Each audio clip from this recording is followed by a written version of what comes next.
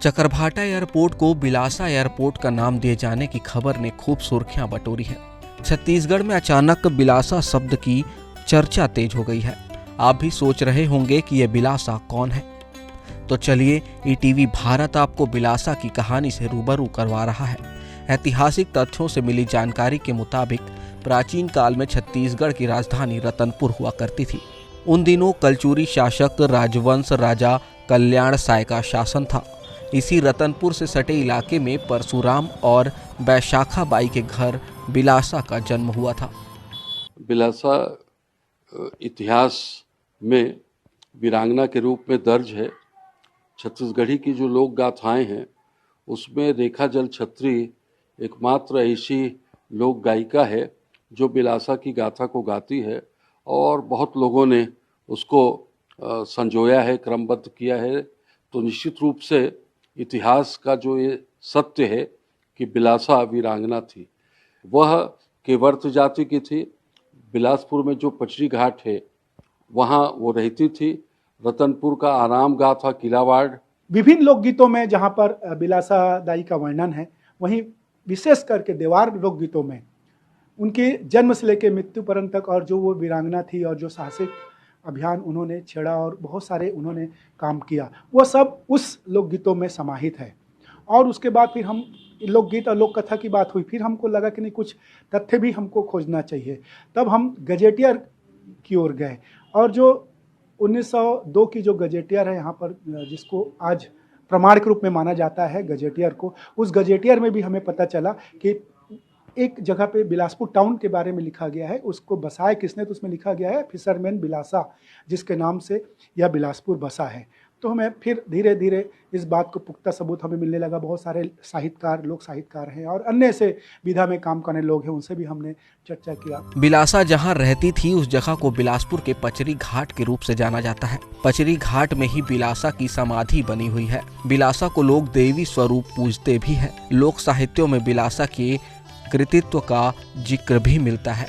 जानकार बताते हैं कि बिलासा एक मजबूत इरादों वाली और प्रगतिशील मानसिकता वाली महिला थी। इनका हमने साल में एक बार पूजा करते थे, साल में एक बार पूरा केवट समाज आके यहीं पर। नेतृत्व करती थी क्या, ये लीडर थी क्या?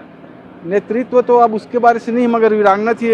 राजा लोग इसको वीरांगना के दर्जा दिए थे। अच्छा। ऐसा है।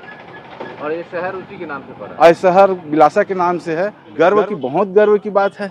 मजबूत इरादे वाली महिला थी और उस समय के जो कुरीतियाँ, जो इन लोगों कुरीतियाँ थी, उसको वो दूर करने का प्रयास जो महिलाओं के साथ कुछ अच्छे कदम उठाना चाहती थी।